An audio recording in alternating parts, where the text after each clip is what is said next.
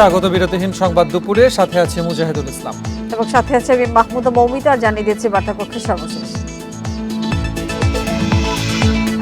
প্রার্থীর পক্ষে গোপন বৈঠক, সিরাজগঞ্জে 5 কর্মকর্তা গ্রেপ্তার, মুচলেকা দিয়ে পাবনায় মুক্ত চেয়ারম্যান প্রার্থী।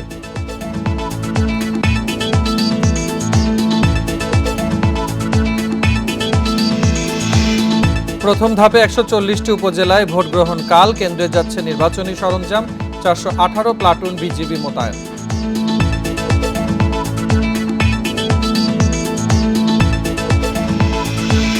মন্ত্রী এমপিদের স্বজনরা প্রার্থী হলেও বেকায়দায় নেই নির্বাচন কমিশন, মন্তব্য সিএসির সুষ্ঠু ভোটের আশা।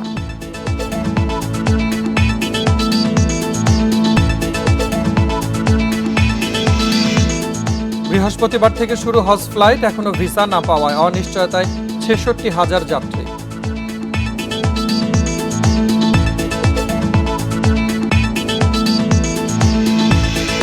ইয়াবার বিকল্প মাদক টেপেন্টাডলের নিরাপদ রুট, পঞ্চগড়ের বড় শস্যী সীমান্ত, 3 মাসে 7,000 ট্যাবলেট উদ্ধার।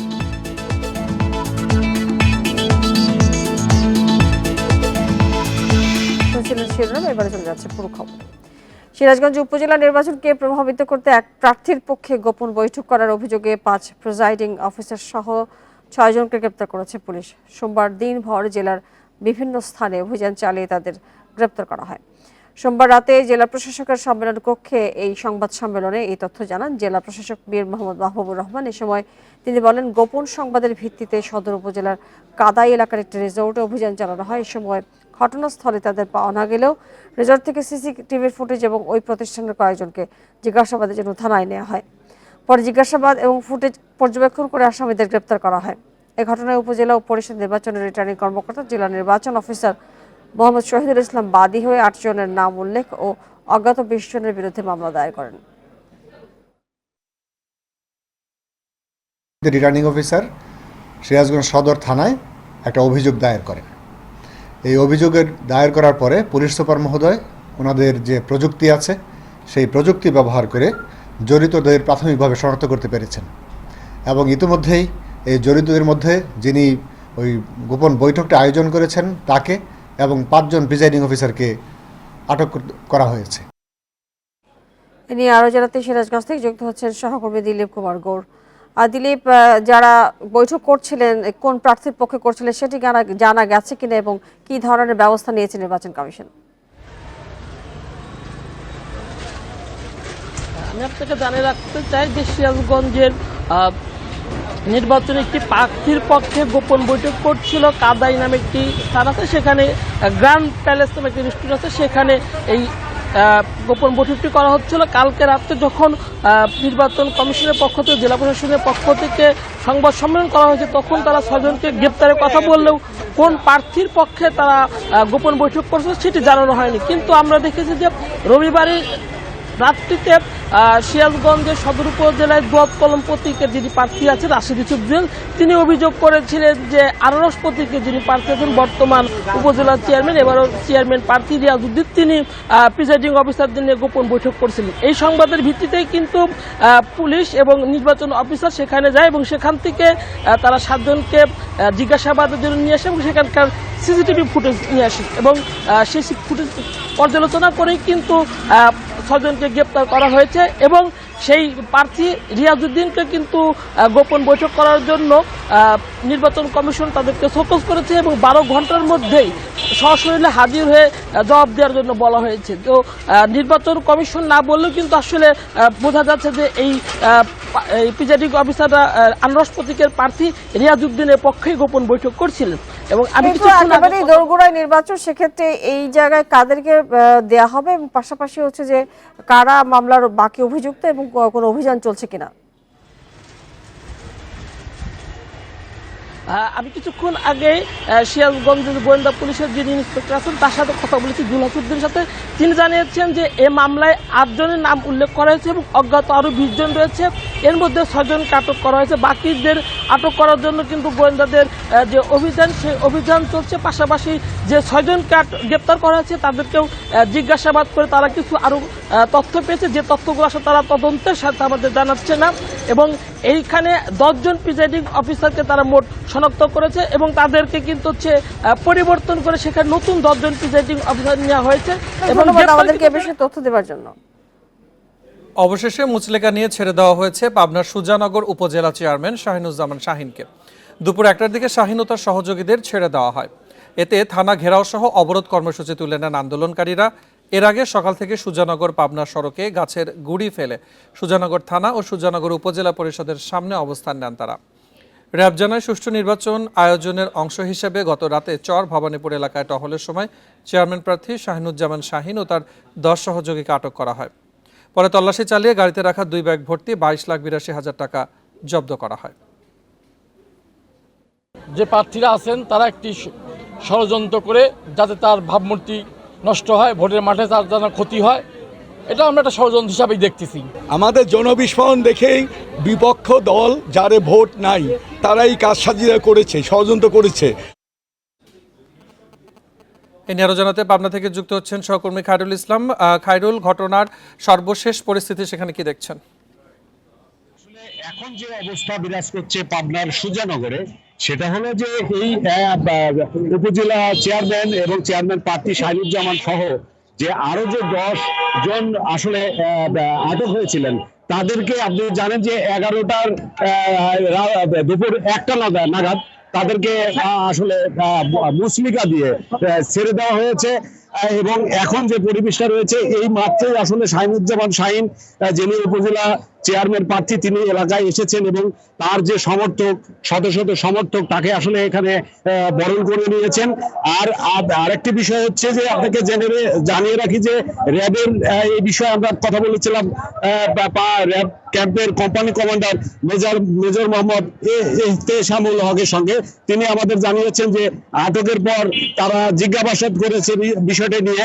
সেই যে টাকা জব্দ করেছিল, সেই টাকাটা আসলে নির্বাচনী ব্যয়ের সেবার মধ্যেই ছিল কিনা সেটাও তারা খতিয়ে দিচ্ছে। পাশাপাশি জব্দকৃত টাকা, যে টাকাটা তারা উদ্ধার করেছেন, সেই টাকাটি আসলে ট্রেজারের মাধ্যমে জমা দেওয়া হয়েছে এবং তাকে ছেড়ে দেওয়া হয়েছে এবং তার নেতা কর্মীদেরকেও ছেড়ে দেওয়া হয়েছে। এখন বিষয়টা হচ্ছে যে এই বিষয়গুলো নিয়ে আসলে আমরা তার সমর্থক এবং নেতাকর্মী এবং সুজানগরে সকাল থেকে অবস্থান করছিলাম। সকালের দিকে যখন শাহিনুজ্জামান সহ তার সহকর্মীরা আটক হন, এই খবরে কিন্তু সুজানগর তার সমর্থকেরা শত শত নেতাকর্মী রাস্তা ব্লক করে এবং তারা অবরোধ করে রাখে এবং পরবর্তীতে প্রশাসনের পরিপ্রেক্ষিতে তারা অবরোধ তুলে নেন। এই ছিল আমার কাছে। আপনাকে ধন্যবাদ জানাচ্ছি আমাদের সাথে যোগ দিয়ে ঘটনার সর্বশেষ পরিস্থিতি জানানোর জন্য। ষষ্ঠ উপজেলা পরিষদ নির্বাচনের প্রথম ধাপের ভোট গ্রহণের নির্বাচনী সরঞ্জাম পাঠানো হচ্ছে আজ। দেশের 140টি উপজেলায় ভোটকাল। সকাল 10টা থেকে নির্বাচনী সরঞ্জাম বিতরণ শুরু হয়। অবাধ এবং শান্তিপূর্ণ ভোটের জন্য নির্বাচন কমিশনের পক্ষ থেকে নেওয়া হয়েছে বিভিন্ন ব্যবস্থা। রাঙামাটির জুরাছড়ি এবং বরকলের দুর্গম ভোট কেন্দ্রগুলোতে এরই মধ্যে হেলিকপ্টারে পৌঁছে দেওয়া হয়েছে সরঞ্জাম। সোমবার জুরাছড়ি যক্ষা বাজার আর্মি ক্যাম্প থেকে হেলিকপ্টারে রাঙামাটির জুরাছড়ি উপজেলার 7টি এবং বরকলের 2টি দুর্গম কেন্দ্রে নির্বাচনী সরঞ্জাম পাঠানো হয়। উপজেলা নির্বাচন সংশ্লিষ্ট এলাকায় বুধবার সাধারণ ছুটি ঘোষণা করা হয়েছে। এদিকে সুষ্ঠু এবং শান্তিপূর্ণভাবে অনুষ্ঠানের লক্ষ্যে আইন শৃঙ্খলা রক্ষায় প্রথম ধাপে 418 প্লাটুন বিজিবি মোতায়েন করা হয়েছে।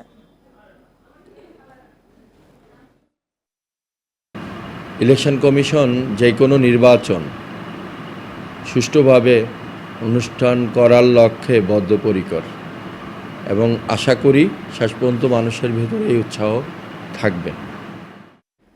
এ নিয়ে আরো জানাতে বগুড়া এবং মাদারীপুর থেকে যুক্ত হচ্ছেন সহকর্মীরা। শুরুতে যাব বগুড়ায়, সেখানে রয়েছেন জোসেফ হোসেন। জোসেফ, নির্বাচনের প্রস্তুতি কেমন? কোনো ধরনের কোনো অপ্রীতিকর কোনো অবস্থা দেখছেন কিনা, অর্থাৎ কোনো কিছু ঘটেছে কিনা?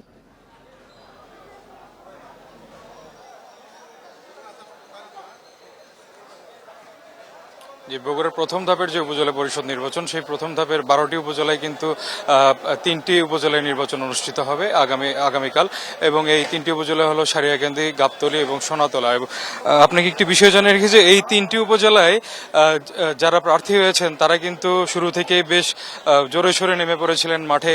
আজকে এই নির্বাচনী সরঞ্জামগুলো বিতরণ করা হচ্ছে। প্রত্যেক 3টি উপজেলায় কিন্তু 222টি কেন্দ্রে এই নির্বাচনী সরঞ্জামগুলো চলে যাচ্ছে, এবং আগামীকাল সকালে কিন্তু ব্যালট পেপার চলে যাবে প্রত্যেকটি কেন্দ্রে। তবে যেহেতু সারিয়াকান্দি একটি দুর্গম এলাকা, আপনি জানেন যে এখানে চর রয়েছে, সেই চরে কিন্তু প্রায় 25টি কেন্দ্রে এখন আজকের মধ্যেই কিন্তু ব্যালটগুলো পৌঁছানো হবে। এবং আমি নির্বাচন কমিশন, যিনি সিনিয়র জেলা নির্বাচন কর্মকর্তা রয়েছেন, তিনি যেটি জানিয়েছেন যে আসলে এই নির্বাচনকে কেন্দ্র করে কোনো ধরনের যাতে অপ্রীতিকর ঘটনা কিংবা সহিংসতা না হয়, সেজন্য কিন্তু নির্বাচন মাঠে এই আনসার, বিজিবি, পুলিশ সদস্য সহ প্রত্যেকটি স্ট্রাইকিং ফোর্স কিন্তু এখানে এই নির্বাচনে আপনার যে পরিবেশ রক্ষায় তারা কিন্তু নিয়োজিত থাকবেন। এখন আমি রয়েছি গাবতলী উপজেলা পরিষদ চত্বরে। এখান থেকে কিন্তু গাবতলীর যে কেন্দ্রগুলো রয়েছে সেই কেন্দ্রগুলোতে কিন্তু এই নির্বাচনী সরঞ্জামগুলো চলে যাচ্ছে, এবং এখানকার যে প্রিজাইডিং অফিসারগুলো রয়েছে তারা কিন্তু তাদের যে নির্বাচনী সরঞ্জাম সেগুলো বুঝে নিয়ে কিন্তু তাদের কেন্দ্রে এই গাড়িগুলোতে করে আনসার এবং পুলিশের পাহারায় কিন্তু তারা নির্বাচনী সরঞ্জামগুলো নিয়ে যাচ্ছেন।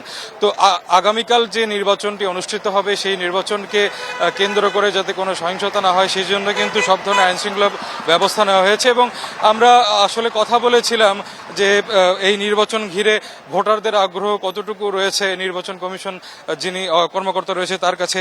তিনি যেটি বলছেন যে আসলে নির্বাচনকে ঘিরে কোনো ধরনের সহিংসতা কিংবা যেহেতু কোনো ধরনের অপ্রীতিকর ঘটনা ঘটার সম্ভাবনা নেই, সেই ক্ষেত্রে তারা নির্বিঘ্নে এই ভোট কেন্দ্রে এসে ভোটারদের এই ভোট প্রদানের জন্য আহ্বান জানিয়েছেন, এবং বলছেন যে তাদের সুষ্ঠুভাবে আবার বাড়ি ফিরে যাওয়ার জন্য তারা ব্যবস্থা করবেন। আমি এবারে যাচ্ছি মাদারীপুরের সহকর্মী রিপন চন্দ্র মল্লিক যুক্ত হয়েছেন। রিপন চন্দ্র মল্লিক, কেমন দেখছেন নির্বাচনের প্রস্তুতি? সব মিলে প্রার্থীরা কি বলছেন, সন্তুষ্ট কিনা, ভোটাররা কি বলছেন?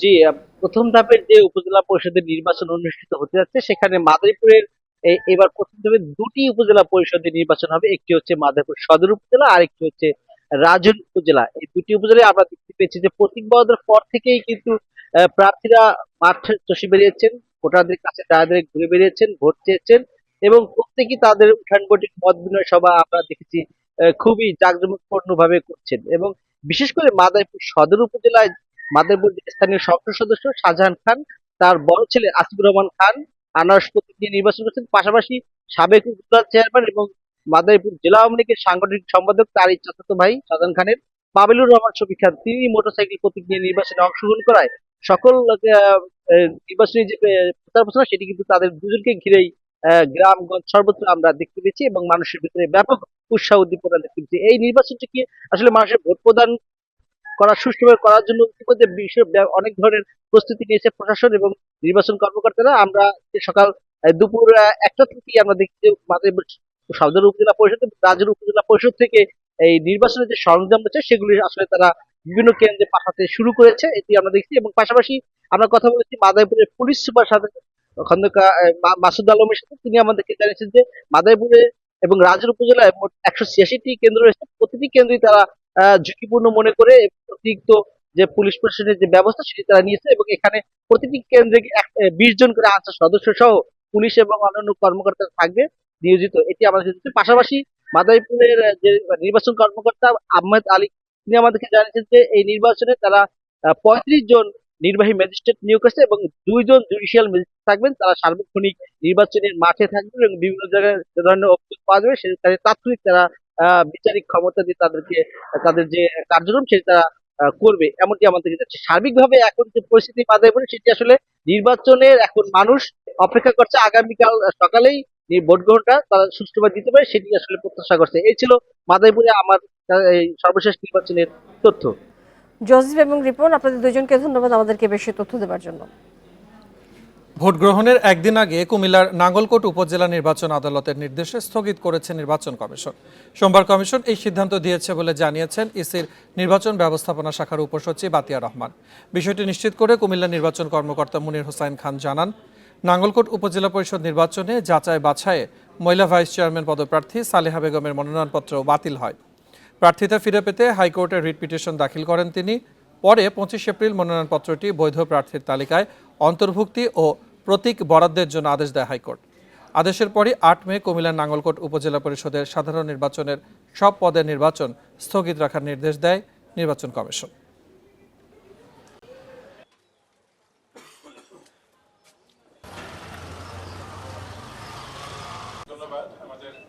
উপজেলা নির্বাচনে মন্ত্রী এমপিদের স্বজনদের প্রার্থিতায় বেকায়দায় নেই কমিশন। নির্বাচন প্রতিদ্বন্দ্বিতা পূর্ণ হবে, কে এলো না এটি কমিশনের দেখার বিষয় নয় বলে মন্তব্য করেন প্রধান কমিশনার কাজী হাবিবুল আউয়াল। সকালে আগারগাঁওয়ে সংবাদ সম্মেলনে এসব কথা বলেন তিনি।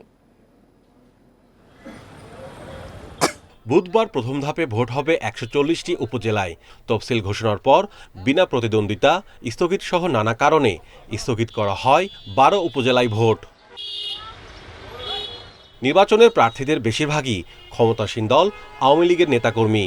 অন্যদিকে বিএনপি সংসদ নির্বাচনের মতো উপজেলা পরিষদের ভোটও বর্জন করেছে। আপনারা জানেন, ভোটের আগের দিন প্রধান নির্বাচন কমিশনার কাজী হাবিবুল আউয়াল গণমাধ্যমের সামনে সার্বিক প্রস্তুতি তুলে ধরেন। সিইসি বলেন, ভোটের দিন কেউ যেন ভোট কেন্দ্রে অনুপ্রবেশ করতে না পারে সে বিষয়ে নির্দেশনা দেওয়া হয়েছে। ভোট কেন্দ্রীয়ভাবে মনিটরিং করা হবে, অভিযোগ পেলে তাৎক্ষণিক ব্যবস্থা নেওয়া হবে। এবং স্থানীয় সরকারগুলোকে যদি আমরা চালু রাখতে চাই, সেই নির্বাচনটা কারো পছন্দ হোক বা কেউ বর্জন করুক, কিন্তু একটা নির্বাচন হতে হবে। সেই দায়িত্বটা আমাদের উপর অর্পিত হয়েছে, আমরা সেই দায়িত্বটা পালন করতে পারি। কে কিভাবে নির্বাচনটাকে দেখবেন সেটা আমাদের বিষয় নয়, আমরা আমাদের মতো করে দেখব। মন্ত্রী এমপিদের প্রভাব বিস্তার নিয়ে সিইসি বলেন, ভোট যাতে প্রভাবিত না হয় সেই চেষ্টা করা হচ্ছে। বেকায়দায় থাকার তো প্রশ্নই আসে না, আমরা কোনো বেকায়দায় নেই।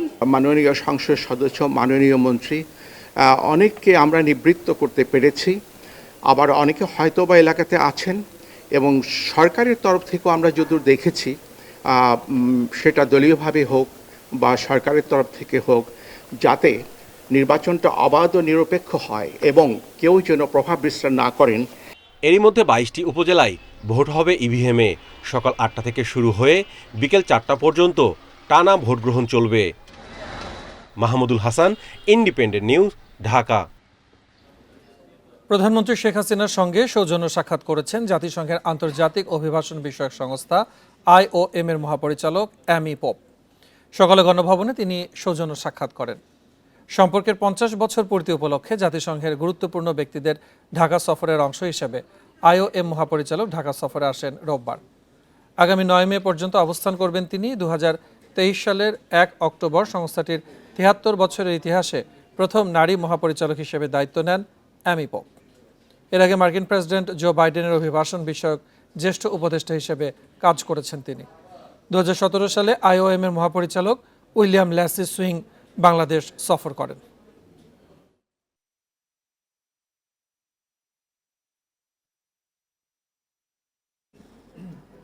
বৃহস্পতিবার থেকে হজ ফ্লাইট শুরু হলেও এখনও ভিসা না পাওয়ায় অনিশ্চয়তায় পড়েছেন প্রায় 66,000 হজযাত্রী। আর আজই সৌদি দূতাবাসের ভিসা দেওয়ার শেষ দিন। এদিকে বিপুল সংখ্যক যাত্রী ভিসা না পাওয়ায় সৌদি আরবে অনেক এজেন্সি এখনও বাড়ি ভাড়াও করতে পারেনি। তবে ধর্ম মন্ত্রণালয় বলছে ভিসা দেওয়ার সময় বাড়ানোর জন্য সৌদি দূতাবাসের সঙ্গে আলাপ আলোচনা চলছে। চলতি বছর বাংলাদেশের জন্য 1,27,198 জনের হজ কোটা দেয়া হয়েছিল। অতিরিক্ত খরচের কারণে সে কোটা পূরণ হয়নি। শেষ পর্যন্ত গাইডসহ বেসরকারিভাবে 80,688 জন আর সরকারিভাবে 4,418 জন সৌদি আরবে যেতে পারবেন বলে নির্ধারিত হয়। কোটা পূরণ না হওয়া সহ জটিলতা কাটছে না এবারের হজ যাত্রায়। এর মধ্যেই শুরু হতে যাচ্ছে হজ ফ্লাইট। ভিসা না পাওয়ায় অনেক এজেন্সি এখনও সৌদি আরবে বাড়ি ভাড়াই করতে পারেনি। অন্যদিকে সব হজযাত্রীর ভিসা এখনও হয়নি। এসব নিয়ে দুশ্চিন্তায় হজ এজেন্সিদের সংগঠন হাব।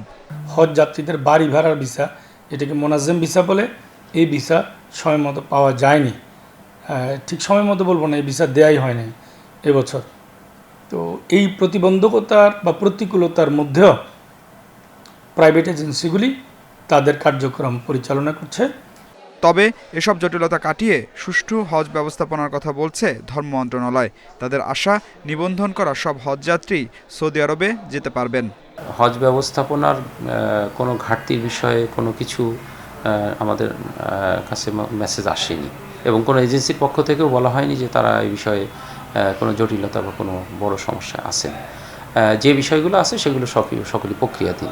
এসব হজযাত্রীদের জন্য বাংলাদেশ বিমানসহ 3টি এয়ারলাইন্স 9 মে থেকে ফ্লাইট পরিচালনা করবে।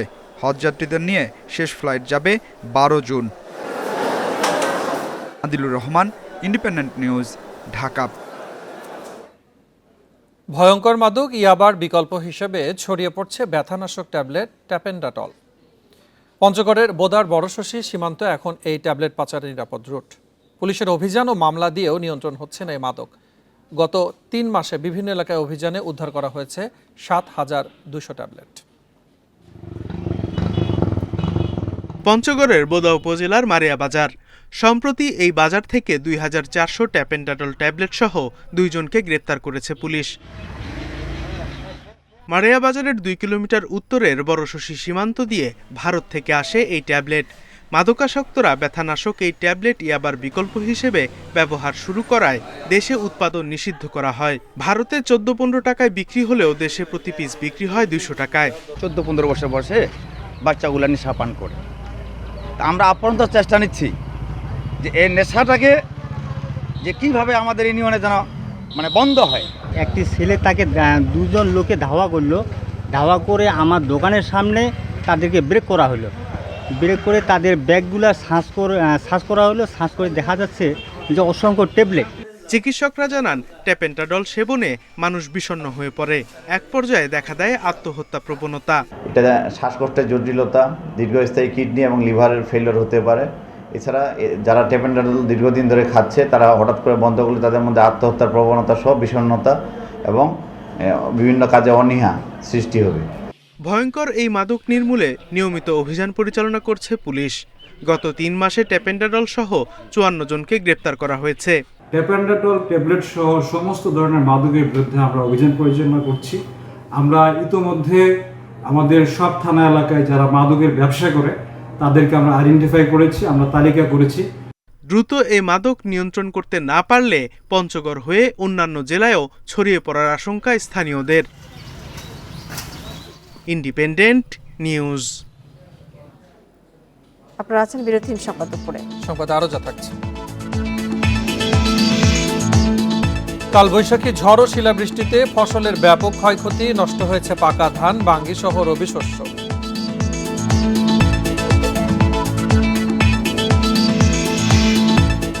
সবার জন্য ন্যায্য মূল্যের দোকান চালু করতে চায় টিসিবি। প্রধানমন্ত্রীর সম্মতি পেলে জুলাই থেকেই শুরু।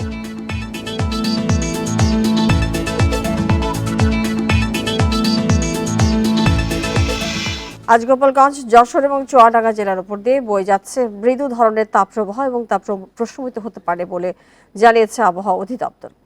আবহাওয়ার পূর্বাভাসে বলা হয়েছে আজ রাজশাহী, ঢাকা, ময়মনসিংহ, খুলনা, বরিশাল, চট্টগ্রাম এবং সিলেট বিভাগের অনেক জায়গায় এবং রংপুর বিভাগের কিছু কিছু জায়গায় অস্থায়ীভাবে দমকা হাওয়া সহ বৃষ্টি অথবা বজ্র সহ বৃষ্টিপাত হতে পারে। সেই সাথে কোথাও কোথাও বিক্ষিপ্তভাবে হতে পারে শিলাবৃষ্টি। এদিকে প্রায় 1 মাস দাবদাহের পর রোববার সারা দেশে স্বস্তির বৃষ্টি হয়েছে। এতে তাপমাত্রা অনেকটাই কমে গেছে। আবহাওয়া অফিস জানিয়েছে আগামী 15 মের পর বঙ্গোপসাগরে লঘুচাপ সৃষ্টির সম্ভাবনা রয়েছে।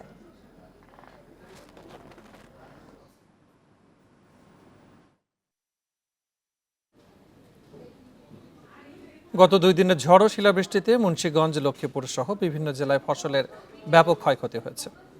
রোববার রাতে শিলাবৃষ্টিতে মুন্সিগঞ্জ পৌরসভার খাসকান্দি ও রমজান বেগ এলাকায় মাঠের বাঙ্গি নষ্ট হয়েছে। এতে প্রায় 1 কোটি টাকার ক্ষতি হয়েছে বলে দাবি করেছেন কৃষকরা। কৃষি সম্প্রসারণ অধিদপ্তরের তথ্য অনুযায়ী জেলায় শাকসবজি সহ 30 হেক্টরের বেশি জমির ফসল ক্ষতি হয়েছে। লক্ষ্মীপুরে সোমবারের বৃষ্টিতে পাকা বোরো ধান, সয়াবিন ও রবি শস্যের ক্ষেতে পানি জমে যাওয়ায় ফসলের ক্ষতি হয়েছে। জেলায় প্রায় 50 হেক্টর জমির ক্ষতি হয়েছে বলে প্রাথমিকভাবে ধারণা করা হচ্ছে। শিলাবৃষ্টির কারণে আমার এই প্রায় 6 থেকে 7 লাখ টাকার ক্ষতি আমার হয়েছে। বাঙ্গি, কুমড়া মিনিমাম 1.5 কোটি টাকার উপরে ক্ষতিগ্রস্ত হয়েছে। তাদেরকে সতর্ক করেছি যে বৃষ্টি হওয়ার আগে আপনারা কেটে ফেলবেন এটাকে। আর কালকে যে বৃষ্টিটা হয়েছে, তো এই বৃষ্টি যদি প্রলম্বিত না হয় বা আর যদি না হয়, বৃষ্টি না বাড়ে, আশা করা যায় এখানে কোনো ক্ষয়ক্ষতি হবে না। তবে আমাদের পরামর্শ এটাই যে যেগুলো পেকে গেছে এগুলো অবশ্যই ঘরে তুলে আনতে হবে দ্রুত। চলতি বড় মৌসুমে কৃষকদের কাছ থেকে ধান, চাল, গম সংগ্রহ শুরু করেছে সরকার। মঙ্গলবার সচিবালয়ে এক ব্রিফিংয়ে এই কার্যক্রমের উদ্বোধন করেন খাদ্যমন্ত্রী সাধন চন্দ্র মজুমদার। এ সময় খাদ্যমন্ত্রী জানান, এবার প্রতি কেজি বোরো ধানের মূল্য 32 টাকা, সিদ্ধ চাল 45, আতপ 44 এবং গমের দাম 34 টাকা নির্ধারণ করা হয়েছে। এই মৌসুমে 11 লাখ মেট্রিক টন সিদ্ধ চাল, 1.5 লাখ মেট্রিক টন আতপ চাল, 5 লাখ মেট্রিক টন ধান এবং 50,000 টন গম কিনবে সরকার। এতে খরচ হবে 7,500 কোটি টাকা। এবার লক্ষ্যমাত্রা পূরণের আশা প্রকাশ করেন খাদ্যমন্ত্রী। বলেন, কোনো কৃষক যাতে হয়রানির শিকার না হয় সেদিকে নজরদারি থাকবে।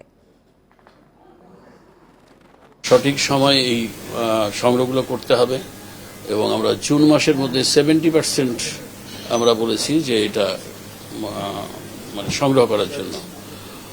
আর হাওড়কে আমরা প্রাধান্য দিয়ে হাওড়ের ধানের বরাদ্দও বেশি দিয়েছি। এবার ঢাকায় কোরবানির হাট বসবে 22টি। এরই মধ্যে ঢাকা উত্তরের 7টি ও দক্ষিণের 2টি হাটের ইজারাদার নিশ্চিত হয়ে গেছে। 4টিতে এখন পর্যন্ত কেউ দরপত্র জমা দেননি। ঈদের দিন সহ 5 দিন বেচাকেনা চলবে অস্থায়ী হাটগুলোতে। সিটি কর্পোরেশনের আশা, এবারে অন্তত 1.5 গুণ বেশি দর পাওয়া যাবে। আগামী মাসে কোরবানির ঈদ, এরই মধ্যে হাটের প্রস্তুতি শুরু করেছে সিটি কর্পোরেশন। গাবতলী স্থায়ী হাট সহ ঢাকা উত্তরে বসবে 10টি। এর মধ্যে ভাটারা ও বসিলার জন্য কোনো দরপত্র জমা পড়েনি। গতবার দিয়াবাড়ি হাটের দর ছিল 1,90,00,000 টাকা, এবার উঠেছে 8,90,00,000 টাকা। আফতাবনগরে হাটের দর ছিল 1,67,00,000 টাকা, এবার উঠেছে 4,89,00,000 টাকা। কিন্তু ইস্টার্ন হাউজিংয়ের হাট সরকার নির্ধারিত দরের চেয়ে 20,000 টাকা কম দর পড়েছে। পর্যায়ক্রমে আমরা অবশ্যই 100% নিয়ম মেনেই তারপরে আমরা কাজগুলো করব। এই টোটাল হাটগুলোকে ডিস্ট্রিবিউশন করে দেওয়ার পরেই আমি একটি আমার প্রেস রিলিজ দিয়ে দিব কোন হাট কত দামে কারা কারা পেল এবং কত টাকায় পেলাম। গত বছর ঢাকা দক্ষিণে হাজারীবাগ হাটের দর ছিল 3,32,00,000 টাকা, এবার উঠেছে 6,06,00,000 টাকা। আর মেরাদিয়া হাটের দর 1 কোটি টাকা বেড়ে 3,72,00,000 টাকা। কমলাপুরের হাটের জন্য আগ্রহ দেখায়নি কেউ। যারা ইজারা দেন নিশ্চয় তারা হিসাবপাতি করে দিয়েছে, তারা তাদের নিজস্ব লাভ লোকসান ইত্যাদি বিষয়গুলো, কিন্তু আমাদের রেট কিংবা আমাদের ইয়েগুলো কিন্তু পূর্বের মতোই আছে। রেভিনিউ আয়টাকে, বিশেষভাবে রাজস্বটাকে সর্বোচ্চ আমরা করতে পারি, সর্বোচ্চ করে সেটাই আমাদের ইয়ে থাকে আর কি। সিটি কর্পোরেশন বলছে হাটের ইজারার সাথে ভ্যাট, আয়কর ও পরিষ্কার বাবদ টাকা দিতে হবে। Arafatur Rahman, independent news, Dhaka. আগামী জুলাই মাস থেকে সবার জন্য ন্যায্য মূল্যের দোকান চালু করতে চায় বাণিজ্য মন্ত্রণালয়ের বিপণন সংস্থা টিসিবি। প্রধানমন্ত্রীর সম্মতি মিললেই এই কার্যক্রম চালু করা হবে বলে জানিয়েছেন বাণিজ্য প্রতিমন্ত্রী আহসানুল ইসলাম টিটু। সকালে রাজধানীর বাড়িধারায় টিসিবি ট্রাক সেল কার্যক্রমের উদ্বোধনী অনুষ্ঠানে এসব কথা জানান তিনি। মূল্যস্ফীতি প্রশ্নে প্রতিমন্ত্রী বলেন, মূল্যস্ফীতি নিয়ন্ত্রণ বাণিজ্য মন্ত্রণালয়ের কাজ নয়। মূল্যস্ফীতির আঁচ থেকে কম আয়ের মানুষকে স্বস্তি দিতে 1 কোটি পরিবারকে ধারাবাহিকভাবে ভর্তুকি মূল্যে নিত্যপণ্য দিচ্ছে টিসিবি। মঙ্গলবার রাজধানীর বাড়িধারা পার্কে মে মাসের পণ্য বিক্রি কার্যক্রম উদ্বোধন করেন বাণিজ্য প্রতিমন্ত্রী। এবার দেয়া হচ্ছে জনপ্রতি 2 লিটার সয়াবিন তেল, 2 কেজি মসুর ডাল ও 5 কেজি চাল। 3 পণ্যের এই প্যাকেজের দাম 470 টাকা। প্রতিমন্ত্রী জানান, সচ্ছলতা থাকা সত্ত্বেও যারা টিসিবির কার্ড নিয়েছেন যাচাই বাছাই করে তাদের বাদ দেয়া হচ্ছে। সেসব কার্ড পুনরায় দেয়া হচ্ছে যোগ্য মানুষকে। টিসিবির কার্ডে কম দামে জরুরি এসব পণ্য পাওয়ায় খুশি কম আয়ের মানুষ। ওই যে জায়গা থেকে নিয়ে ওই জায়গায় কষ্ট হয়, সিরিয়াল ধরে নিতে হয়, রাত্রে দাঁড়ায় থাকতে হয়, লাইন ধরে তারপরে আনতে হয়, কারণ আমরা তো মহিলারা কেউ ধৈর্য নাই। ভর্তুকি মূল্যের এই কার্যক্রমের পাশাপাশি বাণিজ্যিক কার্যক্রমে যুক্ত হতে চায় টিসিবি। লক্ষ্য ন্যায্য দামে নিত্যপণ্য বিক্রির মাধ্যমে লোকসান কমিয়ে আনা। এজন্য সারা দেশে দোকান চালুর উদ্যোগ নেওয়া হয়েছে বলে জানান বাণিজ্য প্রতিমন্ত্রী।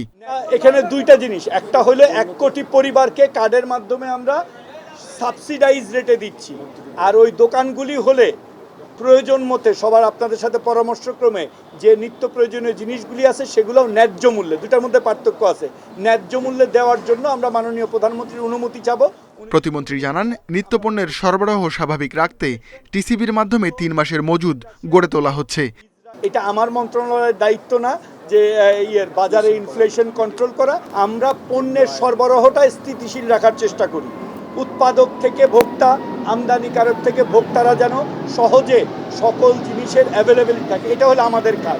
প্রতিমন্ত্রী জানান, বাজারে সরবরাহ স্বাভাবিক রাখতে খাদ্য, কৃষি সহ সংশ্লিষ্ট মন্ত্রণালয়গুলোর সঙ্গে সমন্বয়ে জোর দেয়া হচ্ছে। Ruhul Amin, independent news, Dhaka. প্রাকৃতিকভাবে নয়, মানুষের দ্বারাই সুন্দরবনে আগুন লেগেছে।